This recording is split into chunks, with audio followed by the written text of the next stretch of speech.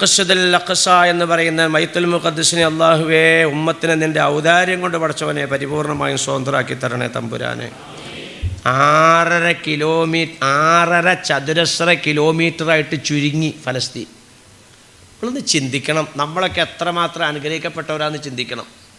ഫലസ്തീനികൾ ഒരു തെറ്റും ചെയ്തിട്ടില്ല. അവർ ലാ ഇലാഹ ഇല്ലല്ലാഹ് മുഹമ്മദുർ റസൂലുള്ളാഹ് സ്വല്ലല്ലാഹു അലൈഹി വസല്ലം ഇത്രേ അവരുടെ ഭാഗത്തുനിന്ന് ഉണ്ടായിട്ടുള്ളൂ. വേറെ ഒരു കുഴപ്പം അവരുടെ ഭാഗത്തുനിന്നില്ല. അത് തന്നെയല്ലേ നമ്മളും കാണുന്നിടത്ത് വെച്ച് വെടിവെക്കുകയാണ്. നമ്മൾ എത്രയോ കണ്ടു ബഹുമാനികളെ. വെടിവെക്കാമെന്ന യഹൂദൻ്റെ തോക്കിൻ്റെ മുന്നിൽ തൻ്റെ കുഞ്ഞ് വെടിയേക്കാതിരിക്കാൻ വേണ്ടി തൻ്റെ ശരീരം കൊണ്ടിട്ട് പൊന്നുമോനെ മറയിലേക്ക് മറിച്ച് നിർത്തിയ ഫോട്ടോ നമ്മൾ കണ്ടില്ലേ?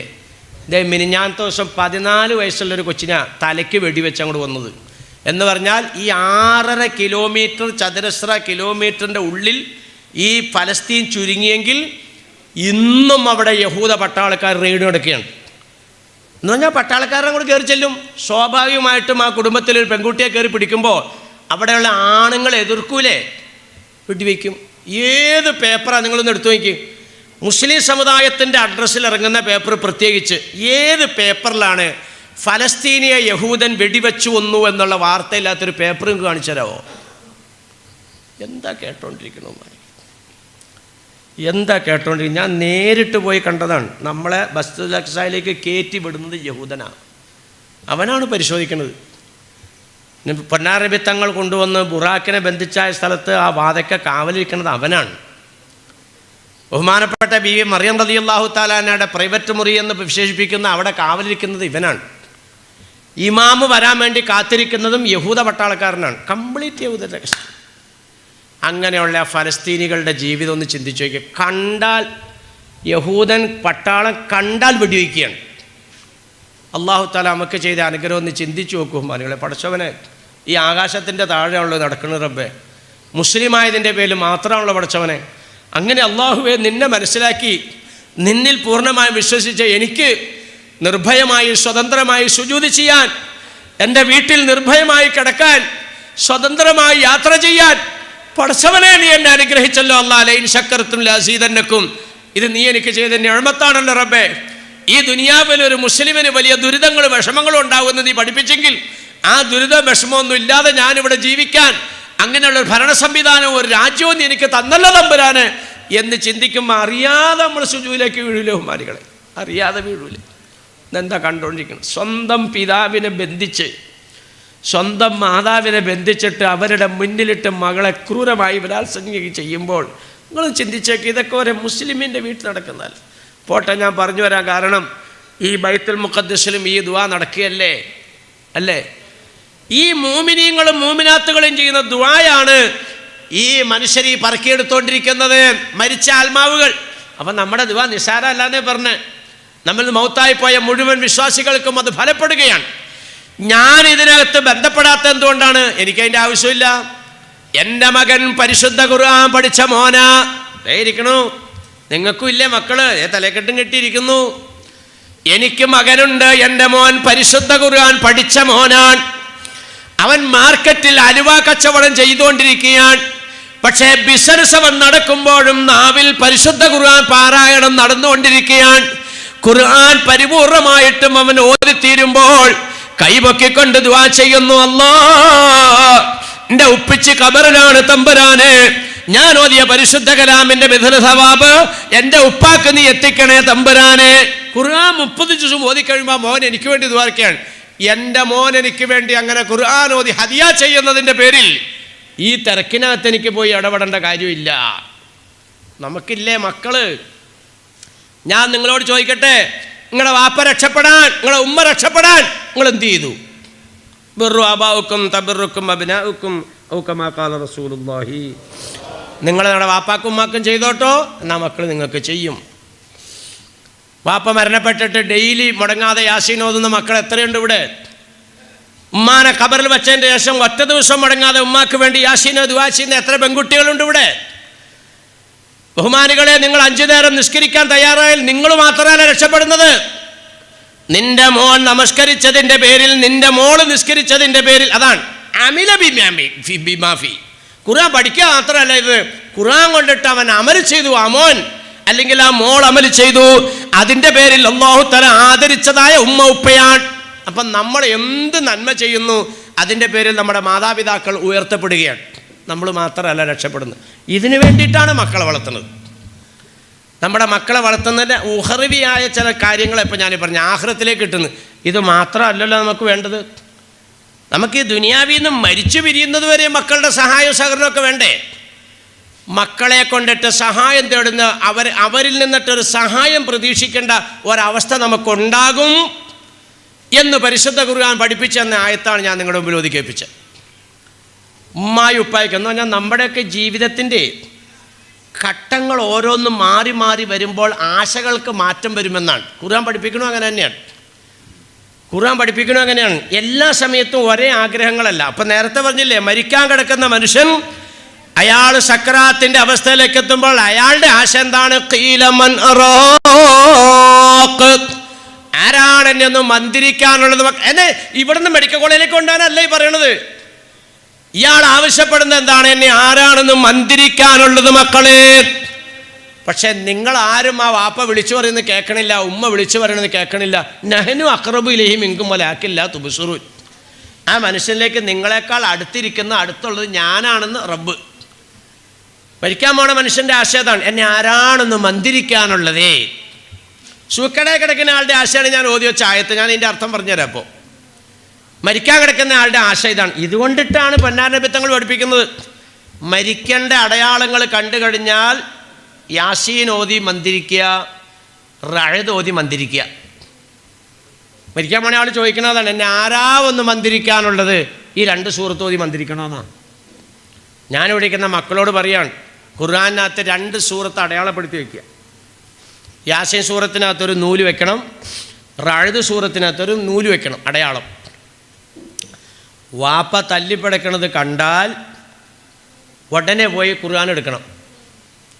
ഈ അടയാളം ഞാൻ വെക്കണമെന്ന് പറഞ്ഞതിനാന്ന്, ഈ ഖുർആൻ എന്ന് പറഞ്ഞ സാധനം എളുപ്പം അങ്ങനെ നോക്കിയാൽ കിട്ടണ സാധനമല്ല. അതങ്ങനെ നോക്കി അന്വേഷിച്ചൊക്കെ എടുത്തുകൊണ്ട് വന്ന് യാസീൻ എവിടെ ഉള്ളതെന്ന് എടുത്ത് ഇങ്ങനെ യാസീൻ ഇങ്ങനെ മറിച്ചുകൊണ്ടിരിക്കുമ്പോഴത്തേക്കും ഇവിടെ പണി തീരും. അതിനാണ് ഞാൻ പറഞ്ഞത് അടയാളം വയ്ക്കുക. എങ്ങനെയെങ്കിലും മുസാഫ് അന്വേഷിച്ച് കണ്ടെത്തി കഴിഞ്ഞാൽ ഈ അടയാളം വച്ചേക്കണ സ്ഥലത്ത് ഒരു മോൻ മറിക്കുക, അപ്പോൾ കിട്ടി യാസീൻ. മറ്റേ ആൾ മുസാഫ് എടുത്തിട്ട് റഅദിൻ്റെ അടയാളം വെച്ചാൽ അവിടെ ഇടുക, റഅദ് കിട്ടി. ഒരാൾ യാസീൻ അങ്ങോട്ട് ഓതിക്കൊണ്ടേയിരിക്കുക, ഓതുമ്പോൾ ഇടയ്ക്കിടയ്ക്കിടയ്ക്ക് ഇങ്ങനെ ഊതി കൊടുക്കുക. ഒരാൾ റഅദ് സൂറത്ത് ഓതുക, ഓതനേൻ്റെ ഇടയിൽ ഇങ്ങനെ ഊതി കൊടുക്കുക. മരണത്തിൻ്റെ വേദനയ്ക്കും സക്രാത്ത് സമയത്തുള്ള ദാഹത്തിനും രണ്ടിനും ശമനമായ 2 മരുന്നാണ് ഇത് രണ്ടും ഭയാനക. യാ ഉമ്മത്തി ഇന്നലിൽ മൗത്തി സക്രാത്ത്. പടച്ചവനെ, ഓരോ ജോയിൻറ്റുകളും വിട്ടുപോകുന്ന, എല്ലാ രോമകൂപങ്ങളും അനുഭവിക്കുന്ന വേദനയാകുന്ന സക്രാത്ത് ഞങ്ങൾക്ക് എളുപ്പമാക്കി താട്ടെ അല്ലാഹുവേ. ഒരു ബഹറിലെ വെള്ളം മൊത്തം കിട്ടിയെങ്കിൽ കുടിക്കാമെന്ന് ആഗ്രഹിക്കുന്ന ആ സമയത്തുള്ള ദാഹത്തിന് പൊന്നുമക്കളുടെ ഖുർആനിൻ്റെ ഓത്തുകൊണ്ടിട്ട് ഞങ്ങൾക്ക് ദാഹം ശമനമാക്കി താട്ടെ ഇതിന് മക്കളെ നമ്മൾ പാകപ്പെടുത്തണം. ഇവിടെ ശ്രദ്ധിച്ച്, ഞാനിതിങ്ങനെ പറഞ്ഞു പോയാൽ പറ്റുമല്ലോ. ഇതിപ്പോൾ മണി 11 പറയും. 2 മണിക്കൂറാണ് വഴലിൻ്റെ ടൈം. അപ്പം അങ്ങനെ നോക്കുമ്പോൾ ഇനിയിപ്പോൾ നിസ്സാര മിനിറ്റേ ഉള്ളൂ പരിപാടി നിർത്താൻ. പണ്ടൊക്കെ എന്നൊക്കെ പറഞ്ഞാൽ 3-4 മണിക്കൂറൊക്കെ പറയാമായിരുന്നു. അന്ന് ഇത്രയും വെളിവ് വച്ചിട്ടുണ്ടായില്ല. ഇപ്പം വെളിവൊക്കെ വച്ചതുകൊണ്ടേ അന്നത്തേനേക്കാളും കൂടുതൽ വകതിരിവായി. ചേറ്റുവേൽ വഴല് പറഞ്ഞുകൊണ്ടിരിക്കുക. പണ്ടേ റംലാനിൽ തറാവീഹ് നിസ്കാരമൊക്കെ കഴിഞ്ഞിട്ട് അവിടെ വഴുതിങ്ങനെ ഇന്നത്തെ ഒരു സ്റ്റാൻഡൊന്നുമില്ല. ഒരു മൈക്ക് ഇങ്ങനെ കോലയിൽ വെച്ചിട്ട് ഇങ്ങനെ മൈക്ക് വെച്ചെന്നുണ്ടാവും. അതേലിങ്ങനെ പിടിച്ചോണ്ടൊക്കെ എന്നിങ്ങനെ തട്ടലാണ്. കുറേ കഴിഞ്ഞ് കഴിഞ്ഞപ്പോൾ ഒരു കാക്ക കഴിഞ്ഞിട്ട് ഉസ്താദേ ഇടയത്താഴം പോയി. എന്താ പറഞ്ഞ ഇടയത്താഴം പോയിന്ന് എന്തേ ഉസ്താദ് ചെവി ഓർത്ത് നോക്കേ. അപ്പോൾ കേൾക്കാൻ പള്ളിയിൽ നിന്ന് അസ്സലാത്തു ഖൈറും മിനൻ നൗം. തറാവീഹ് കഴിഞ്ഞപ്പോൾ തുടങ്ങിയേക്കണ. സുബഹിയായിട്ട് നിന്നിട്ടില്ല. അത് ആ കാലമാണ്. അന്ന് ഇത്രയും ബോധം ഇല്ല. ഇപ്പോൾ ഇച്ചിരി ബോധമൊക്കെ വച്ചതുകൊണ്ട് 2 മണിക്കൂർ കൂടുതലില്ല കേട്ടോ. അപ്പോൾ അതുകൊണ്ട് ശ്രദ്ധിച്ചോ, 2 മണിക്കൂറായാൽ പരിപാടി ക്ലോസ് ആവും. അല്ലാഹു തആല മക്കളെ കൊണ്ട് തല താഴ്ത്താൻ ഈ ഇരിക്കുന്ന ഒറ്റ ഉപ്പമാർക്കും, മക്കളെ കൊണ്ട് കണ്ണീര് കുടിക്കാൻ ഇവിടെ ഇരിക്കുന്ന ഒറ്റ ഉമ്മമാർക്കും ദുനിയാവിലും ആഖിറത്തിലും ഇടവരുത്താതെ അല്ലാഹു കാത്തുരക്ഷിക്കുമാറാകട്ടെ. ഈ പറയപ്പെട്ട രീതിയിൽ മക്കളെ ഓത്തൊക്കെ കേട്ട് നമ്മൾ മരിക്കണമെങ്കിൽ എന്ത് വേണം? മക്കളെ കൊണ്ട് ഈ പറയപ്പെട്ട ദുനിയാവിൻ്റെ നമ്മൾ പറഞ്ഞിട്ടില്ല കേട്ടോ, ഇത് ആഖിറത്തിൻ്റെയൊക്കെ പറഞ്ഞിട്ടുള്ളൂ. ദുനിയാവിൽ നമ്മുടെ മക്കളെ കൊണ്ട് നമ്മൾ എന്താ പ്രതീക്ഷിക്കുന്നതെന്നുള്ളത് ആയത്ത് ഓതുമ്പോൾ കിട്ടും. ഈ നിലവാരത്തിൽ നമ്മളെ മക്കൾ നാളെ ആഖിറത്തിലേക്ക് നമ്മൾ ഫലപ്പെടണമെങ്കിൽ എന്ത് ചെയ്യണം? മക്കളെ അള്ളാൻ്റെ ഹബീബ് പറഞ്ഞതായ ആ ശൈലിയിലൂടെ നമ്മൾ വളർത്തണം, അപ്പോഴേ കിട്ടുള്ളൂ. അടയ്ക്ക കൊണ്ടുവന്ന് കുഴിച്ചിട്ടിട്ട് തേങ്ങ ഉണ്ടാവണമെന്ന് പറഞ്ഞാൽ ഉണ്ടാവുമോ? അടയ്ക്ക കുഴിച്ചിട്ട് അടയ്ക്കമരം ഉണ്ടാവും, അടയ്ക്ക ഉണ്ടാവും. നമ്മുടെ മക്കളെ ഈ നിലയ്ക്ക് ഫലപ്പെടാവുന്ന നിലവാരത്തിലേക്ക് നമ്മൾ എത്തിച്ചിട്ടുണ്ടോ? ജനിച്ച അന്ന് മുതൽ 16ാമത്തെ വയസ്സ് എത്തുന്നത് വരെ ഒരാൺകുഞ്ഞിനെ പെൺകുഞ്ഞിനെ നിങ്ങൾക്ക് ഫലപ്പെടണമെങ്കിൽ ഇന്ന നിലവാരത്തിലൂടെ ഇന്ന ശൈലിയിലൂടെ നിങ്ങൾ കൊണ്ടുവരണമെന്ന് ലോകാനുഗ്രഹി നബീന റസൂലുള്ളാഹി തങ്ങൾ നമുക്ക് പഠിപ്പിച്ചെങ്കിൽ നമ്മളതിന് തയ്യാറുണ്ടോ? ഇതേ അള്ളാൻ്റെ ഇവിടെ ഒന്ന് ശ്രദ്ധിച്ചോ, എല്ലാവരും ഒന്ന് ശ്രദ്ധിച്ചോ.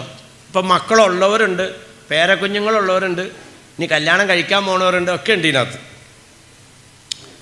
ഈ മക്കൾ നന്നാവാത്തതിൻ്റെ പേരിൽ ഫലപ്പെടാത്തതിൻ്റെ പേരിൽ എന്ന് പറഞ്ഞാലേ ഈ ആൾക്കാരുടെ മുമ്പിൽ പറയാത്തതാ. എന്തിടാൻ കാര്യം ഇപ്പോൾ കുറേ ആയിട്ട് വലിയ ക്ഷീണമാണല്ലോ. ഒന്നുമില്ല. അല്ല ഷുഗറുണ്ടോ? ഷുഗറും ഒന്നുമില്ല. പിന്നെ എന്ത്? ഒന്നുമില്ല. ഒന്നുമില്ല എന്ന് പറഞ്ഞാൽ അത് പറയാൻ പറ്റില്ല. എന്താ കുഴപ്പം? എന്താ? നല്ല വാത്സല്യത്തോടെ വളർത്തിക്കൊണ്ടുവന്ന മോനാ, ഒരക്ഷരം അങ്ങോട്ട് പറയാൻ നിർത്തിയില്ല. ഒരു വാക്കങ്ങോട്ട് പറയുമ്പോഴത്തേക്കും സിംഹം ഗർജിച്ച് ചാടാൻ പറ്റാൻ ഇങ്ങോട്ട് കടിഞ്ഞിട്ട് വരുമോ അങ്ങോട്ട്.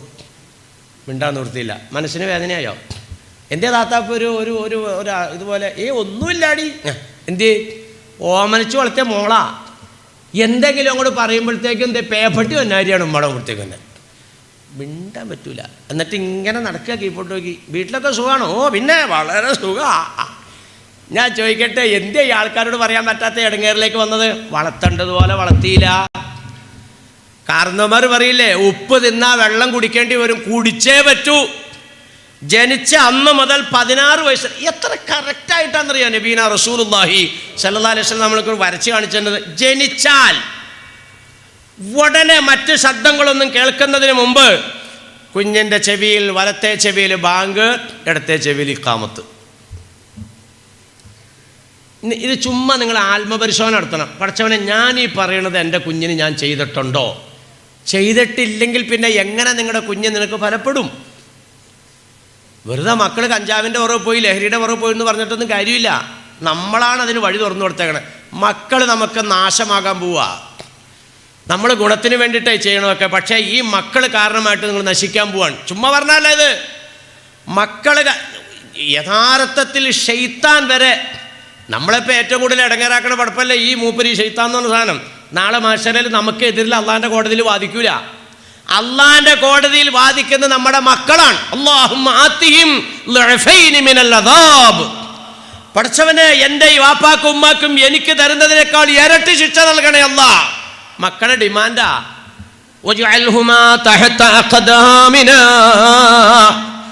ഞങ്ങളുടെ കാലിൻ്റെ ചൂടിനെ, ഈ മഹ്ശറയുടെ ചൂടിൽ നിന്ന് രക്ഷപ്പെടാൻ, ഞങ്ങളുടെ കാലിനൊരു രക്ഷ കിട്ടാൻ ഉമ്മാനെ ഉപ്പാനെ ഒന്ന് മലത്തിക്കെടുത്ത് റബ്ബേ, അവരുടെ നെഞ്ചത്ത് ഞങ്ങളൊന്ന് ചവിട്ടി നിൽക്കട്ടെ അല്ലാ. ഇത് മഹ്ശറയിൽ ആവശ്യപ്പെടുക. നിങ്ങൾ ചിന്തിക്കാതിരിക്കും ഇതൊക്കെ ഉണ്ടാവുമെന്ന്. ഇതിലപ്പുറം ഉണ്ടാവും. ചെറുതല്ല. അപ്പം ഇത് ശാശ്വതമായി നാശത്തിലേക്കോ അപകടത്തിലേക്കോ അങ്ങോട്ട് വിടണേ മക്കളെ. അപ്പം സമ്മതിക്കുമോ? ഈ നബിത്തങ്ങൾ എണ്ണിത്തന്ന് നമ്മുടെ ഏത് കുഞ്ഞുങ്ങളിലും നമ്മൾ നടപ്പിലാക്കിയിട്ടുണ്ട്. നിങ്ങളൊന്ന് ശ്രദ്ധിച്ചു നോക്കി. ഉണ്ടായാൽ അപ്പം തന്നെ വേറെ ശബ്ദങ്ങളും കേൾക്കണതിന് മുമ്പ് അള്ളാൻ്റെ ദഅവത്തിൻ്റെ സന്ദേശം ചെല്ലണതായി കേൾക്കണം. അല്ലാഹു അക്ബർ, അല്ലാഹു അക്ബർ ചെവിയിൽ. അത് നമ്മൾ പറഞ്ഞു കൊടുത്തിട്ടില്ലെങ്കിൽ മറ്റേ മൂപ്പരുടെ ദഅവത്തങ്ങ് ചെല്ലും. മറ്റേ മൂപ്പരുടെ ദഅവത്തം കൂടി ചെന്ന് കഴിഞ്ഞാൽ പിന്നെ രക്ഷപ്പെടില്ല. ഇന്ന് പ്രസവങ്ങൾ നല്ലൊരു ശതമാനവും ഹോസ്പിറ്റലുകളിലാണ്. ഞാൻ ചോദിക്കട്ടെ, അങ്ങനെ സൗകര്യമുള്ള ഹോസ്പിറ്റലിൽ തേടി പോകുന്ന എത്ര ദമ്പതികളുണ്ട് ഇവിടെ? ഇത് വലിയ പ്രശ്നമാണ്, വലിയ പ്രശ്നം. ഇത് ചികിത്സാരംഗത്ത് വരെയും 60-70% തീവ്ര ചിന്താഗതികളിലേക്ക് മാറിപ്പോയി മനുഷ്യർ. അവൻ ഇന്ന ജാതിക്കാരനാണ്, അവൻ ഇന്ന മതക്കാരനാണ്, ആ ശൈലിയിലുള്ള ചിന്തയായിപ്പോയി. ഒരു 60-70%. അങ്ങനെയുള്ള കാലഘട്ടത്തിൽ ചികിത്സകൾ തിരഞ്ഞെടുക്കുന്നവരെ വളരെ ശ്രദ്ധിക്കണം. നമ്മൾ പണം കൊടുത്താണ് ഗൈനക്കോളജിസ്റ്റിൻ്റെ അടുക്കൽ നമ്മൾ ചെല്ലണത്. അവിടെ നമ്മൾക്ക് പറയപ്പെടുന്ന, നമുക്ക് വിധിക്കപ്പെടുന്ന രീതിയിലുള്ള കാര്യങ്ങൾ ചെയ്യാൻ സൗകര്യമുണ്ടോ എന്ന് അന്വേഷിച്ചിട്ട് അവിടെ ചികിത്സ തേടാവുള്ളൂ. എനിക്ക് 6 പേരക്കുഞ്ഞുങ്ങളുണ്ട്. 6 പേരക്കുഞ്ഞുങ്ങൾ. ഈ 6 കുഞ്ഞുങ്ങൾക്കും ലേബർ റൂമിനകത്ത് ബാങ്ക് ഇഖാമത്ത് കൊടുക്കാനുള്ള സംവിധാനം എനിക്ക് കിട്ടിയിട്ടുണ്ട്. ചിലതിന് ഞാൻ ഉണ്ടായില്ല, ഹജ്ജിൻ്റെ സമയത്തായി പോയി. പക്ഷേ വീട്ടിൽ ബാക്കി മക്കൾക്കുള്ള സൗകര്യം ചെയ്തു കൊടുത്തു. അങ്ങനെയുള്ള ഹോസ്പിറ്റലാണ് ഞാൻ ചികിത്സിക്കാൻ പോണത്. ആലുവയുടെ ഹൃദയഭാഗത്തുണ്ട് ഒരു നല്ല ഹോസ്പിറ്റൽ, നജാത്ത് എന്ന് പറഞ്ഞിട്ട്. വലിയ നിസ്കാരത്തയമ്പും താടിയുമുള്ള ഒരു വലിയ പണ്ഡിതനാണ് അവിടുത്തെ MD ഡോക്ടർ അബ്ബാസ്. അള്ളാഹു അവർക്കൊക്കെ ദീർഘായുസ് കൊടുത്ത് അനുഗ്രഹിക്കുമാറാട്ടെ. നല്ല മനുഷ്യനാണ്. ലേബർ റൂമിൽ ഗൈനക്കോളജിസ്റ്റ് സഹോദര സമുദായത്തിൽപ്പെട്ടതായിരിക്കും, പക്ഷെ നമുക്ക് സൗകര്യം ചെയ്തു തരും. ഉസ്താദെ ഇന്ന സമയത്തോട്ടോ എന്ന് പറഞ്ഞിട്ട് ലേബർ റൂമിൻ്റെ സൈഡിൽ തന്നെ നമ്മളകത്തേക്ക് കയറ്റി കൊണ്ടുപോകും. കുഞ്ഞിനെ സൈഡിൽ കിടത്തി തരും. നമ്മൾ ബാങ്ക് ഇഖാമത്തും ചെവിയിൽ കൊടുക്കുക. വലത്തെ ചെവിയിൽ ബാങ്ക്, ഇടത്തെ ചെവിയിൽ ഇഖാമത്ത്.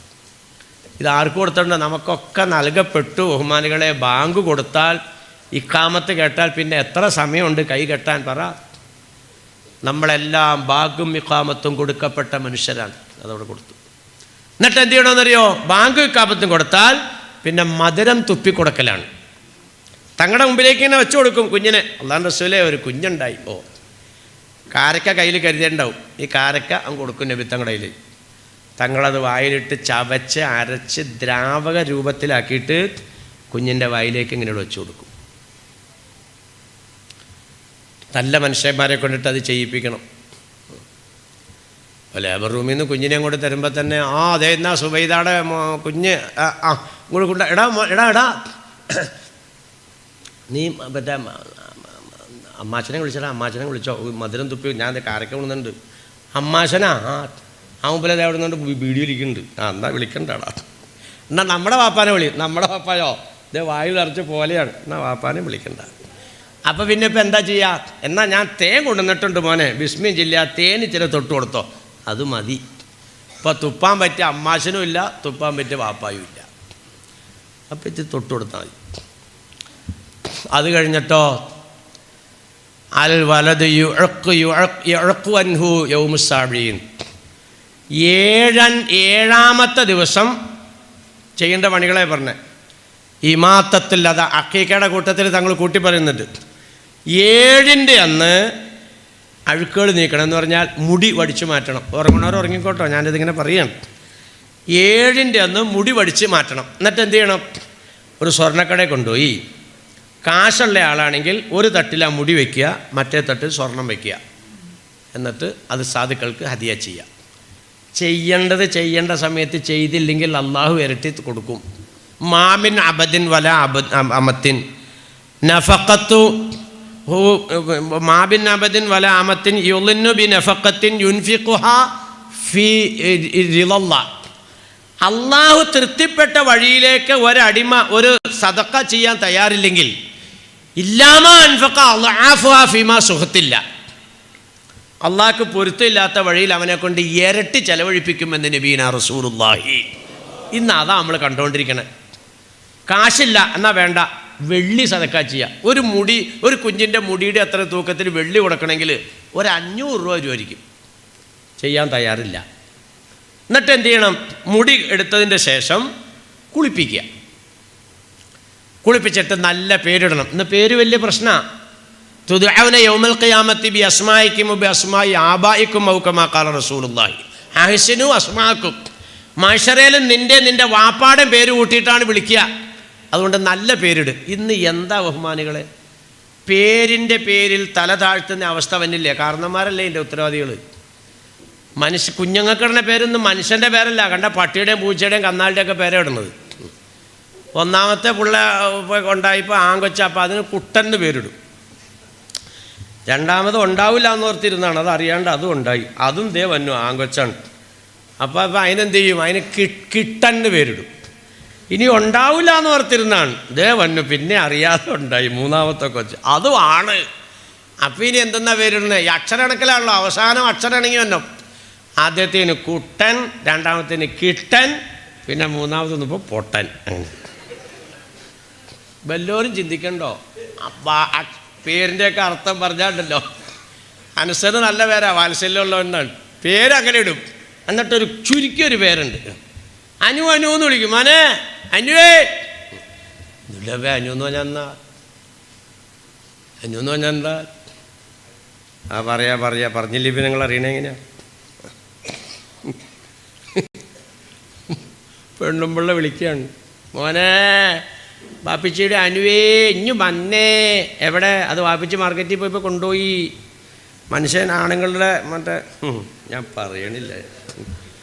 എന്നിട്ട് പെണ്ണുമ്പിള്ള വിളിക്കുക, വാപ്പിച്ചിയുടെ അനു ഇങ്ങോട്ട് വന്നേന്ന്. വാപ്പിച്ചിയുടെ അനു ഇങ്ങോട്ട് തന്നെ എങ്ങനെയാ? മാർക്കറ്റിൽ പോയപ്പോൾ അവിടെ പോയില്ലേ അനു. ഇങ്ങനെയൊക്കെ എടുത്ത് നോക്കിയാണ്ടല്ലോ എന്തോരം മെനകേടാന്നറിയോ നമ്മുടെയൊക്കെ പേരിൻ്റെ അക്ഷരം. സാനിന്ന് പേരുണ്ടല്ലോ, സാനി. നല്ല ഒന്നാമത്തെ കൊച്ചിനെ വിളിക്കുന്ന പേരാണ്. ഞാൻ പറയാം, പടച്ചവനോർത്ത് പേരൊക്കെ ഇടുമ്പോൾ ഉസ്താദന്മാരോടൊക്കെ വന്ന് ചോദിക്കണം ഇതിൻ്റെയൊക്കെ അർത്ഥം എന്താണെന്നൊക്കെ ചോദിക്കുക. എന്നിട്ട് നല്ല പേരിടുക. മഷറിയിൽ ഈ പേരെ വിളിക്കണത് നമ്മുടെ ഐഡൻറ്റിറ്റിയാണ് ഈ പേരെന്ന് പറയുന്നത്. മരണം വരെയും വിളിക്കൽ മാത്രമല്ല, മരണശേഷവും വിളിക്കുകയല്ലേ. അപ്പോൾ 7-ൻ്റെ അന്ന് അക്കീക്ക ഇറക്കുക, മുടി കളയുക, മുടിയുടെ തൂക്കം സ്വർണ്ണോ വെള്ളിയോ സദക്ക ചെയ്യുക, എന്നിട്ട് പിന്നെ പേരിടുക, സുന്നത്ത് കഴിക്കുക. ഇന്ന് പല ഭാഗത്തും പ്രശ്നമാണ്. 7-ൻ്റെ അന്ന് സുന്നത്ത് കഴിക്കാൻ വേണ്ടി ചെറുക്കൻ്റെ ആൾക്കാരും പാപ്പായും ഒക്കെ തയ്യാറായാൽ പെണ്ണോ 7-ൻ്റെ അന്നാ ഈ പെണ്ണോർത്താണ് ആ കണ്ടിച്ച് കളയുന്നു. ഇതാകെ മുറിച്ച് കളയല്ല, ഈ അറ്റം കുറച്ചേ മുറിക്കണുള്ളൂ. അത് ആ പൊക്കിൾ കൂടി ഉണങ്ങുന്നത് പോലെ ഉണങ്ങും. കൊച്ചിന് യാതൊരു അസ്വസ്ഥതയില്ല. ഇത് കൊച്ചിങ്ങനെ അറിവ് വെച്ച് വരുമ്പോഴും കൊച്ചിന് സ്വസ്ഥക്കേടാണേ. കാരണം സുന്നത്ത് കഴിച്ച പിള്ളേർ മദ്രസയിലൊക്കെ ചെല്ലും, എടാ നിൻ്റെ ചെത്തിയോ? ഇല്ല. ആ ഞങ്ങളുടെയൊക്കെ ചെത്തിയതാ. നിൻ്റെ കുറച്ച് കളയുമ്പോൾ വട്ടം ചെത്തി കളയൂടാ, കണ്ടിച്ച് കളയും. ആകെ പേടിച്ച്. കൊച്ചിന് എന്തോരം തീറ്റ കൊടുത്താലും കൊച്ചു നന്നാവില്ല. കാരണം എന്താ? ഇതാകെ ടെൻഷനാണേ. ഇത് എന്നാ പിടിച്ച് കണ്ടിക്കണമെന്ന് അറിയാൻ പറ്റില്ല. അതുകൊണ്ട് ഈ കൊച്ച അറിവ് വെക്കണേന് മുമ്പ് ഇതങ്ങോട്ട് നടത്താം. ഇപ്പം മാറി തുടങ്ങിയിട്ട് ഞാൻ പഠിച്ചോന്നോർത്ത് പറയാ, 7-ൻ്റെ അന്നാകുമ്പോൾ നല്ലൊരു സുന്നത്ത് കിട്ടി. അല്ലാണ്ട് 15 വയസ്സാകുമ്പോൾ പിടിച്ചാൽ നിൽക്കുമോ? എന്നിട്ട് പിന്നെ എന്ത് ചെയ്യും? പണ്ടൊക്കെ അങ്ങനെയാണ് ചെയ്തേക്കേണ്ടത്. ചില കാക്കാന്മാരെ ഈ കളരി പഠിച്ച കാക്കാനെ ഏർപ്പെടുത്തും പിടിക്കാൻ. അല്ലാണ്ട് ഇപ്പോൾ നാടന്മാർ പിടിച്ചാൽ തിരക്ക് നിൽക്കുമോ? അങ്ങനെ ഇവൻ്റെ കളസമൊക്കെ കഴിപ്പിച്ച് തോർത്തൊക്കെ കുടിപ്പിച്ച് അപ്പോഴത്തേക്ക് ഉസ്താദ്മാരും അതുണ്ടാവും. അത് ഷറഫലാനാമാന്ന് ചെല്ലടെ അഷറഹക്കൽ ബദറൂന്ന് തുടങ്ങുമ്പോഴത്തേക്കും ഈ കളരി കാക്കാട്ടെ വീട്ടുകാരൻ പറയും, ഡാ പിടിച്ചോട്ടോന്ന് പറയും. അപ്പോൾ ഇവൻ നോക്കിയിരിക്കുകയാണ്, കാക്ക പിടിക്കാൻ തന്നെ എപ്പോഴാന്ന് നോക്കി ഒറ്റ ചാട്ടം കൊടുക്കും. ഇവൻ ചാടിയുടെ തെങ്ങിൻ്റെയും കവുങ്ങിൻ്റെയും കിഴങ്ങിൻ്റെ ഒക്കെ ഉള്ളിക്കൂടെ ഇവനക്കല്ലേ ഓടാൻ പറ്റുള്ളൂ. കളരി പഠിച്ചു എന്ന് പറഞ്ഞ് കാക്ക ഓടാൻ പറ്റുമോ? അവസാനം പിടി കിട്ടൂല. തിരിച്ച് കാക്ക ഇവിടെ വരുമ്പോഴത്തേക്കും സർഫലന തീർന്നിട്ടുണ്ടാവും. അപ്പം പിന്നെ എന്ത് ചെയ്യും? ഓതാൻ വന്ന ഉസ്താദ് ഒരു മണി അവൻ പാപ്പാടെ വിട്ട് അങ്ങോട്ട് പോട്ടെ, ഇപ്പം തൽക്കാലം ഇവിടെ ചോറ് വിളമ്പാൻ പറയും. ഇതാണ് ഇടപാട്. ഇങ്ങനെയൊന്നും അല്ലാട്ടോ പൊന്നു ഹബീബന്മാരെ വേണ്ടത്. പിന്നെ 7-ൻ്റെ അന്ന് കാലും കയ്യോടിക്കൂലേ, അടങ്ങി കിടന്നോളും. എത്ര നല്ല സന്തോഷമാണ് സഹോദരിമാരെ, നിങ്ങളതിന് സമ്മതിക്കണം. അപ്പം 7-ൻ്റെ അന്ന് ഇപ്പം എന്തൊക്കെ പണിയെടുത്തി ഇതൊക്കെ ചെയ്തിട്ടുണ്ടോയെന്ന് നോക്കണം. എന്നിട്ട് എന്താണ്? അക്കയ്ക്ക് അറുത്ത് കൊടുക്കണം. അക്കയ്ക്ക് അറുത്ത് കൊടുക്കൽ ലാസ്റ്റ്. ഞാൻ ചോദിക്കട്ടെ, തയ്യാറുണ്ടോ? ആൺകുട്ടിയാണെങ്കിൽ 2 ആട്, പെൺകുട്ടിയാണെങ്കിൽ 1 ആട്. ഇനി മാടാണെങ്കിൽ ആണിനും പെണ്ണിനും 1. എടാ ഒരു അക്കയ്ക്ക് അറുത്ത് കൊടുക്കുക എന്ന് പറഞ്ഞാൽ ഇന്നത്തെ നവവരന്മാരാകുന്ന പുതിയാപ്പിളാർ പറഞ്ഞ മറുപടി എന്താണെന്നറിയോ? രഹസ്യമായിട്ട് പൈസ ഇല്ല ഉസ്താദേ, അള്ളാഹ് കൊടുത്താണ് ശിക്ഷ വയ്ക്കുക. നല്ല വഴിയിലേക്ക് കൊടുക്കാൻ തയ്യാറാകാതെ വന്നപ്പോൾ മാസക്കുളി മാറി. ഇപ്പം മുതൽക്ക് തുടങ്ങി സ്കാന്, സ്കീന്, എക്സ്ട്രാ, മറ്റത് മറിച്ചത്. അവസാനം 10-ാം മാസത്തിൽ ഈ സാധനങ്ങൾ പുറത്തേക്ക് വരുമ്പോഴത്തേക്കും 10 അക്കീക്കയുടെ പൈസ പോയിട്ടുണ്ടാവും. ശരിയല്ലേ? ഒരക്കീക്ക് അറുത്ത് കൊടുക്കുക 7-ൻ്റെ അന്ന്. ശ്രദ്ധിച്ചോ, 6-ാമത്തെ വയസ്സെത്തിയാൽ അദ്ദബ. അപ്പോൾ ഉണ്ടായി 7 കഴിഞ്ഞു. ഇനി ആ കുഞ്ഞ് നല്ല തർബിയത്ത് കിട്ടേണ്ടത് കുഞ്ഞിൻ്റെ ഉപ്പാടെ മടിയിൽ നിന്ന്, ഉമ്മാടെ മടിയിൽ നിന്ന്. 6-ാമത്തെ വയസ്സെത്തിയാൽ മദ്രസയെ കൊണ്ടുപോയാക്കണം. ഇന്നത്തെ ഹാര്യങ്ങൾ പറ. 2 വയസ്സാകുമ്പോഴത്തേക്കും തുടങ്ങും. മാറിൽ നിന്ന് പിടിച്ചു പറിച്ചാൽ കൊണ്ടുപോകണത്. എങ്ങോട്ടാ കൊണ്ടുപോകണത് ബഹുമാനികളെ? നമ്മുടെ മക്കളെ നമ്മൾ കൊണ്ടുപോകേണ്ട ശൈലിയിൽ കൂടെ കൊണ്ടുപോകുന്നുണ്ടോ നമ്മൾ ആത്മപരിശോധന നടത്തുക. 6-ാമത്തെ വയസ്സിൽ ഒരു കുഞ്ഞിനെ അദബ് പഠിപ്പിക്കണമെന്ന് പറഞ്ഞെങ്കിൽ പരിശുദ്ധ ഖുർആൻ പഠിക്കാൻ കൊണ്ടുവന്നാക്കണമെന്ന് ഞാൻ പടച്ചോനോർത്ത് നിങ്ങളോട് പറയാണ്. നിങ്ങൾ 2-ാമത്തെ വയസ്സിൽ കൊണ്ട് ആക്കണമെങ്കിൽ ആക്കിക്കോ. ബാവുസിലാറില്ല, ഇപ്പോൾ ജിബിരിൽ അലൈഹി സ്വലാം എന്ന് പറഞ്ഞാലും ഇപ്പോൾ ജനം അംഗീകരിക്കാത്ത അവസ്ഥയിലേക്ക് എത്തി. നിങ്ങൾ കൊണ്ടുപോകണമെങ്കിൽ കൊണ്ടുപോയി ആക്കിക്കോ, ഏത് മീഡിയത്തിലേക്ക് നിങ്ങൾ കൊണ്ടുപോയി ആക്ക്. പക്ഷെ ആക്കുന്നതിന് മുമ്പ് ഒരു നല്ല മനുഷ്യൻ്റെ അടുത്തുകൊണ്ടിട്ട് ഒരു ബിസ്മില്ലാഹിർ റഹ്മാനിർ റഹീം പറഞ്ഞു കൊടുക്കുക. അത് ആ കുഞ്ഞിനെ കൊണ്ടിട്ട് പറഞ്ഞ് എഴുതിപ്പിച്ചതിൻ്റെ ശേഷം കൊണ്ടുപോയി എവിടെയെങ്കിലും കൊണ്ടുപോയാക്കുക. ഇന്ന് എത്രയോ നല്ല മനുഷ്യന്മാരുണ്ട് നമ്മുടെ ഇടയിലൊക്കെ ഇങ്ങനെ ബിസ്മില്ലാഹിർ റഹ്മാനിർ റഹീം പറയാൻ. ഇത് ചെറിയ കാര്യമാണോ? റൂഹുല്ലാഹി നബീന ഈസാ അലൈഹിസ്സലാത്തു വസ്സലാം സഹാബാക്കളോടൊപ്പം ഒരു വഴിയിലൂടെ നടക്കുമ്പോൾ ഒരു ഖബറിൻ്റെ അടുക്കൽ നിന്നിട്ട് പറയുന്നു, സഹാബത്തെ, ഈ ഖബറാളി വല്ലാത്ത അദാബിലാണല്ലോ. അത് പറഞ്ഞുകൊണ്ടിട്ട് അവർ മുന്നോട്ട് പോയി. കുറേ ദിവസങ്ങൾ കഴിഞ്ഞ് തിരിച്ചാ വഴി വരുമ്പോൾ ഖബറാളിയുടെ അവസ്ഥ മാറി. വല്ലാത്ത അനുഗ്രഹം കൊണ്ട് ആ മനുഷ്യനെ പൊതിയപ്പെട്ടിരിക്കുന്നു. മഹാനായ ഈസാ നബി അലൈഹി സ്വലാത്തു വസ്സലാം സുജൂദിലേക്ക് വീണു. റബ്ബേ, ഏതാനും ദിവസം മുമ്പ് ഞങ്ങൾ ഈ വഴിയെ പോകുമ്പോൾ വല്ലാതെ അദാബിലായിരുന്ന ഈ ഖബറാളി ഇപ്പൊ അനുഗ്രഹം കൊണ്ട് പൊതിയപ്പെട്ടല്ലോ തമ്പുരാനെ. ഇതിന്റെ കാരണം എന്തെന്ന് എനിക്ക് അറിയിച്ചു തരണേ അല്ലാഹ്. സുജൂദിൽ കിടന്ന് ദുആ ചെയ്യുമ്പോൾ മുഖറബായ മലക്ക് ജിബ്രീൽ, നബിയേ, ഈ മനുഷ്യൻ മരണപ്പെടുമ്പോൾ ഭാര്യ ഗർഭവതിയാണ്. പ്രസവിച്ചതായ കുഞ്ഞിനെ 6 വയസ്സെത്തിയപ്പോൾ ഒരു ആലിമിന്റെ അടുക്കൽ കൊണ്ടുപോയി എത്തിച്ചു. എന്നിട്ട് പറഞ്ഞു, ഉസ്താദേ, എന്റെ ഈ പൊന്നുമോൻ യത്തീമായ മോനാണ്. ഈ മോനക്ക് അല്ലാഹുവിന്റെ കലാമ് പഠിപ്പിക്കാൻ ഞാൻ അങ്ങേ ഏൽപ്പിക്കുകയാണ്. ഉസ്താദ് ആ കുഞ്ഞിനെ മുന്നിലിരുത്തി. ആ മനുഷ്യൻ പറഞ്ഞു കൊടുത്തു, ബിസ്മില്ലാഹിർ റഹ്മാനിർ റഹീം. മോനെ, ഈ വാചകം നീ പറയണ കുഞ്ഞ്. അല്ലാഹു പരമകാരുണ്യകനും കരുണാനിധിയുമായ റബ്ബേ, നിന്റെ നാമത്തിൽ നിന്റെ കലാമിനെ പഠിക്കാൻ ഞാൻ തുടങ്ങുന്നു തമ്പുരാനെ. ഇതാണ് ഇതിന്റെ അർത്ഥം. ഇത് പറമോനെ എന്ന് ഉസ്താദ് പറഞ്ഞു കൊടുത്തപ്പോൾ ആ കുരുന്നുമോൻ അതിന്റെ കിളുന്ത് നാവ് കൊണ്ട് പറഞ്ഞു, ബിസ്മില്ലാഹിർ റഹ്മാനിർ റഹീം. ഈസാ നബിയെ, പടച്ച തമ്പുരാനെ പരമകാരുണ്യകൻ എന്ന കുഞ്ഞ് വിശേഷിപ്പിച്ചെങ്കിൽ ആ കരുണ അല്ലാഹുവിന്റെ ഭാഗത്തു നിന്നുണ്ടാകണ്ടേ നബിയെ. ആ കരുണ തമ്പുരാൻ പ്രകടിപ്പിച്ചത് ആ കുഞ്ഞിന്റെ പിതാവിന് അല്ലാഹു തആല പൊറുത്തു കൊണ്ടിട്ടാണ് എന്ന് ബഹുമാനപ്പെട്ട മുഖറബായ മലക്ക് ജിബ്രീൽ. കുഞ്ഞ് ബിസ്മില്ലാഹിർ റഹ്മാനിർ റഹീം എന്ന് പറഞ്ഞപ്പോൾ വാപ്പാക്ക് അല്ലാഹു സുബ്ഹാനഹു വ തആല പൊറുത്തു. മക്കളുടെ ഇൽമിന്റെ പവറായത്. ഞാൻ ചോദിക്കട്ടെ പെങ്ങന്മാരെ, 10 മാസം ചുവന്ന് നൊന്തുപെറ്റ നിന്റെ മോനെ കൊണ്ട് ഒരു ബിസ്മി പറയിപ്പിച്ചാൽ നിനക്ക് കിട്ടുന്ന നേട്ടം എത്രേ? നിങ്ങൾ ഇംഗ്ലീഷിൻ്റെ പുറകെ പോകണ്ടെന്നൊന്നും ഞങ്ങളാരും പറയണമൊന്നുമില്ല. ആൾക്കാരൊക്കെ ഉസ്താദന്മാരുടെ തലയിലേക്കാണ് കയറണേ, നിങ്ങൾ ഇംഗ്ലീഷ് പഠിപ്പിക്കണില്ല.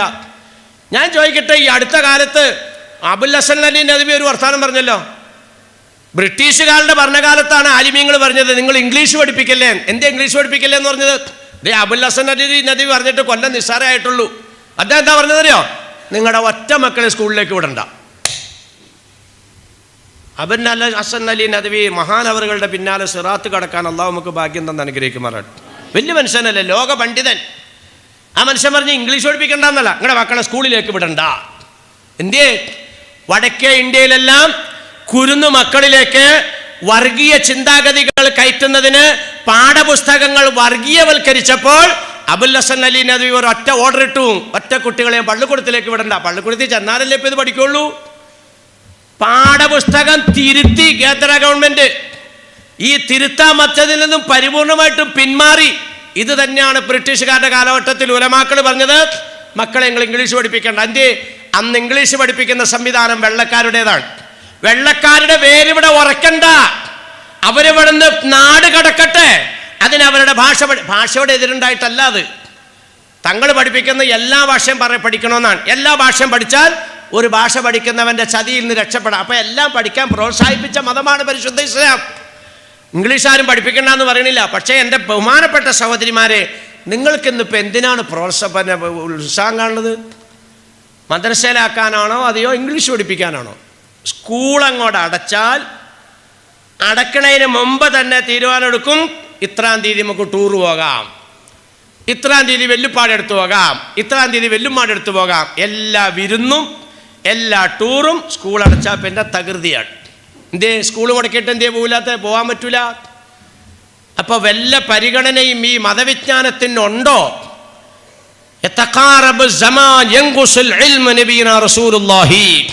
ലോകം അതിൻ്റെ അവസാനത്തിലേക്ക് എത്തുമ്പോൾ വിജ്ഞാനം കുറയുകയാണ്. വിജ്ഞാനം കുറയലാണ് ഈ പ്രശ്നങ്ങൾക്കൊക്കെ കാരണം. കുഞ്ഞുങ്ങൾ ലഹരിയിലേക്കൊക്കെ പോകുന്നുണ്ടെങ്കിൽ കാരണക്കാർ നമ്മൾ തന്നെയാണ്. മോനെ, നീ എവിടെ നിന്നാണ് വന്നത്, നീ എവിടെയാണ് നിൽക്കുന്നത്, എങ്ങോട്ടാണ് പോകുന്നത്, ഇത് നമ്മുടെ കുഞ്ഞുങ്ങളെ പഠിപ്പിച്ചു കൊടുക്കാൻ നമ്മൾ തയ്യാറല്ല. മദ്രസാരംഗന്മാർക്കും യാതൊരു പരിഗണനയില്ലാതെയായിപ്പോയി. ശരിയല്ലേ? അപ്പം ഞാൻ നിർത്തുകയാണ്. 6-ാമത്തെ വയസ്സിൽ അദ്ദബാത്ത്, കുഞ്ഞിനെ മദ്രസയെ കൊണ്ടുവന്നാക്കണം. കുഞ്ഞുങ്ങളെ മദ്രസയിലാക്കിയിട്ടില്ലെങ്കിൽ നമ്മളെ സംബന്ധിച്ച് മക്കൾ പഠിക്കുമോ? ആക്കാത്തതിൻ്റെ ഗുരുതരമാകുന്ന വിപത്താണ് ഇപ്പോൾ ഈ ആയത്തെ ഓതി തന്നത്. ഞാൻ അതിലേക്ക് എത്തിയിട്ടില്ല, അത് നിങ്ങൾക്ക് കേൾക്കുമ്പോൾ മനസ്സിലാവും കളി. ഫലമ്മ ബലഗ തിസ്അ, 9-ാമത്തെ വയസ്സെത്തിയാൽ അസല ഫിറാശഹു, വിരിപ്പിൽ മാറ്റിക്കിടത്തണമെന്ന് നബിയുനാ റസൂലുള്ളാഹി. 9 വയസ്സായ കൊച്ചിനെ പിടിച്ചു വലിച്ച് ഏതെങ്കിലും റൂമിൽ കൊണ്ടുവന്നിട്ട് വാതിലടയ്ക്കാനല്ല ഈ പറയണത്. നമ്മുടെ റൂമിൽ തന്നെ കിടക്കട്ടെ, ഒരു ചെറിയ കിടക്ക അവന് വേണ്ടി സ്പെഷ്യൽ, അല്ലെങ്കിൽ അവൾക്ക് വേണ്ടി, അല്ലെങ്കിൽ വേറെ ഒരു വിരിപ്പ്, ഒരു തലങ്ങണ, അതിൽ വേറെ ആരെയും കിടത്തണ്ട, വേറെ കുട്ടികളെയും കിടത്തണ്ട. ചാവക്കാട് എന്ന് പറയുന്നത് മുസ്ലിം ബെൽറ്റല്ലേ? അവിടെ സ്വന്തം ആങ്ങളെ പെങ്ങളോട് ചെയ്ത ക്രൂരത ഈ സദസ്സിൽ പറയാൻ പറ്റുമോ? ഇതൊരു ആബാലവൃദ്ധം കൂടിയിരിക്കുന്ന ഒരു മജ്ലിസല്ലേ, ഇവിടെ പറയാൻ പറ്റുമോ? പോലീസ് ഉദ്യോഗസ്ഥന് മുഖത്ത് നോക്കിയിട്ട് ചോദിച്ചില്ലേ, നീ എന്തിനാടാ പെങ്ങളോട് ഈ ക്രൂരത ചെയ്തത്? എന്താ ബഹുമാനികളെ ഇതിനൊക്കെ കാരണം? നബിത്തങ്ങളെ നമ്മൾ തള്ളിക്കളഞ്ഞു എന്നുള്ളതല്ലേ വിഷയം. വമാ കാനല്ലാഹു ലിയുഅദ്ദിബുഹും വഅന്ത ഫീഹിം, നബി കൂടെ ഉണ്ടെങ്കിൽ ഒരു പ്രശ്നവും ഇല്ല. തങ്ങളെ നമ്മൾ കളഞ്ഞു, തങ്ങളായി പറഞ്ഞു തന്നെ. 9-ാമത്തെ വയസ്സിൽ വിരിപ്പിൽ മാറ്റിക്കിടത്തണം. ചെയ്യേണ്ടതൊന്നും ചെയ്യാൻ തയ്യാറില്ല ബഹുമാനികളെ. ഫലമ്മ ബലഗ അശറ, എണ്ണി പറയാൻ ഉണ്ടായ അന്ന് മുതൽ 16 വയസ്സ് വരെ നിബിത്തങ്ങൾ എണ്ണി പറയുന്നു. ഇതൊന്നും ഞാൻ ചുമ്മാ എവിടെന്നെങ്കിലും കാട്ടുകഥ പറയുന്നതല്ല. ലോകാനുഗ്രഹി നമുക്ക് കാണിച്ചു തരുന്ന മാതൃകയാണ് ഞാൻ നിങ്ങളുടെ മുമ്പിൽ പറയുന്നത്. നമ്മൾ ആരൊക്കെ ഇത് അനുസരിക്കുന്നു, നടപ്പിലാക്കുന്നു. ഫലമ്മ ബലഗ അശറ, 10 വയസ്സെത്തിയാൽ ളുരിബ അല സ്വലാത്ത്, നിസ്കാരത്തിന്റെ പേരിൽ അടിക്കണമെന്ന് നബിയുനാ റസൂലുള്ളാഹി. നഞ്ച് ഭക്ഷണത്തിൽ കലക്കിക്കൊടുത്ത് നബിത്തങ്ങളെ വകവരുത്താൻ പണിയെടുത്ത യഹൂദത്തിയെ നേരെ മുന്നിൽ കൊണ്ടുവന്നിരുത്തിട്ട് സഹാബാക്കളോട് പറഞ്ഞു, അല്ലാഹുവിന്റെ റസൂലേ, ഭക്ഷണത്തിനകത്ത് വിഷം കലക്കിയത് ഇവളാണ്, ഒഴിവാക്ക് സഹാബത്തെ. അവരെ പിടിച്ചുവച്ചോണ്ടിരിക്കില്ല, അവിടെ ഒഴിവാക്ക്. മഹാനായ നബിത്തങ്ങളുടെ പിതൃവിനെ കൊല ചെയ്തതായ അബ്ബാസ് റളിയല്ലാഹു, ഹംസത്തുൽ കറാർ റളിയല്ലാഹു തആല കശാപ്പ് ചെയ്തതായ ഹിന്ദ് എന്ന് പറയുന്ന പെണ്ണിനെ മുമ്പിൽ കൊണ്ടുവന്ന് നിർത്തി. എവിടെയാണ് നബിത്തങ്ങൾ പ്രതികാരം ചെയ്ത്? ആരെയാണ് നബിത്തങ്ങൾ ആക്രമിക്കാൻ പറഞ്ഞത്? പക്ഷെ തങ്ങളെ പറ്റി കേൾക്കുന്ന ചിത്രങ്ങൾ വേറെ. ആ നബി സല്ലല്ലാഹു അലൈഹി വസല്ലം തങ്ങൾ പറയാൻ, മാതാപിതാക്കളെ, 10 വയസ്സെത്തിയതായ കുഞ്ഞിനെ നിങ്ങൾ നമസ്കരിച്ചില്ലെങ്കിൽ അടിക്കണം എന്ന് പറഞ്ഞാൽ 6-ാമത്തെ വയസ്സിൽ കൊച്ചു തുടങ്ങി നിസ്കാരത്തെ പറ്റി പഠിക്കുന്നു, ഖുർആൻ പഠിക്കുന്നു, ദീനി ഉലൂമുകൾ പഠിക്കുന്നു.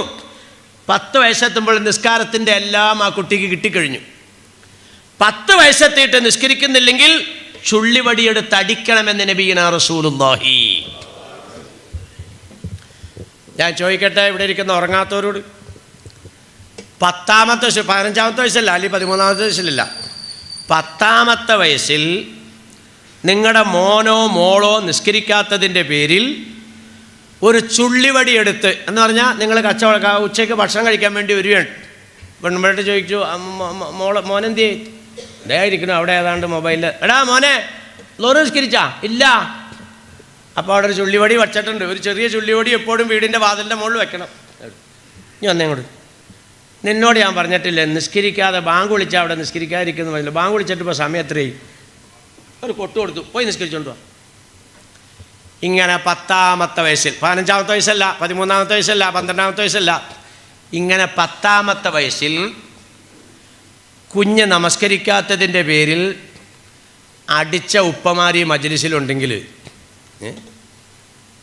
അല്ല അടിക്കാതെ തന്നെ എൻ്റെ മക്കൾ നിസ്കരിച്ചു മുസ്ലിയാരെ, അപ്പോൾ പിന്നെ വേറെ പ്രശ്നമില്ലല്ലോ, അങ്ങനെയാണെങ്കിലും കുഴപ്പമില്ല. അങ്ങനെയുള്ളവരും ഇതിനകത്ത് ഭാഗവാക്കാകണം.